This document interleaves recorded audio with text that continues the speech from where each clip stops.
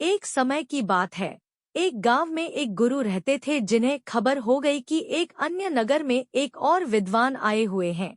वे अद्भुत ज्ञान के मालिक थे और आगे बढ़ने के लिए सबकी सहायता कर सकते थे। ये खबर सभी को बहुत पसंद आई और सभी लोग उस नगर में उनसे मिलने के लिए जूझने लगे। इन दो विद्वानों की राजा को पता चलते ही वहां का राजा उनसे बात करने के लिए अपने दरबार में बुला ले आए। राजा ने दोनों विद्वानों से अपने राज्य में ज्ञान का प्रचार करने का आग्रह किया।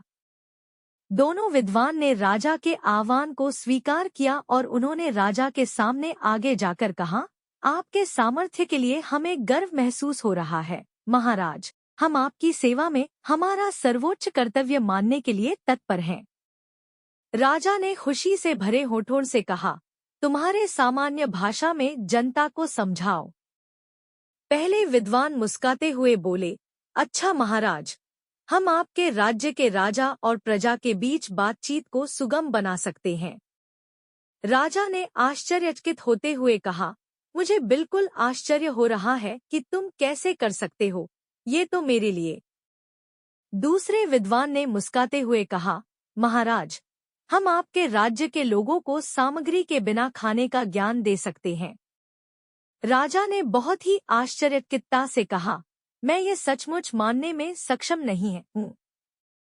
कृपया मुझे बताओ, तुम इस बात को कैसे संभव कर सकते हो?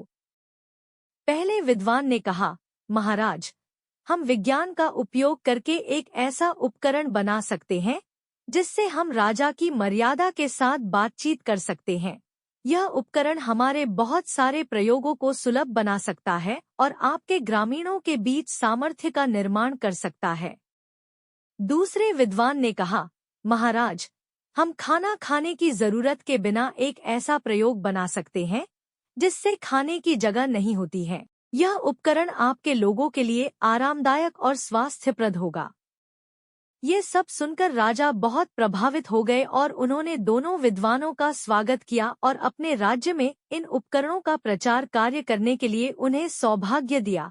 दोनों विद्वान ने राजा की प्रशंसा करते हुए उनकी सेवा में खुशीपूर्वक काम किया और सभी लोग उन्हें प्रमाणित करते थे। इस कहानी से हमें यह सिखाया जाता है कि समय के साथ ज्ञान विकसित हो रहा है और बहुत से अद्भुत आविष्कार हमारी मदद कर सकते हैं। दो विद्वानों के उदारता, समर्पण और सेवाभाव की मिसाल हमें ये बताती है कि हमें हमारे ज्ञान और कौशल को समाज की सेवा में लगाना चाहिए।